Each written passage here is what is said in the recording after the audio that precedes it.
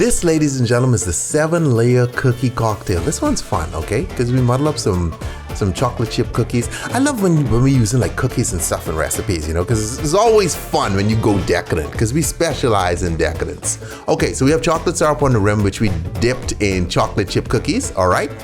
So let's get this mix on. Coconut rum, beautiful. Followed up with some butterscotch schnapps, all right? These are all some of my favorites. Reposado Tequila, come behind that with hazelnut liqueur, almond liqueur, okay, Irish cream, beautiful.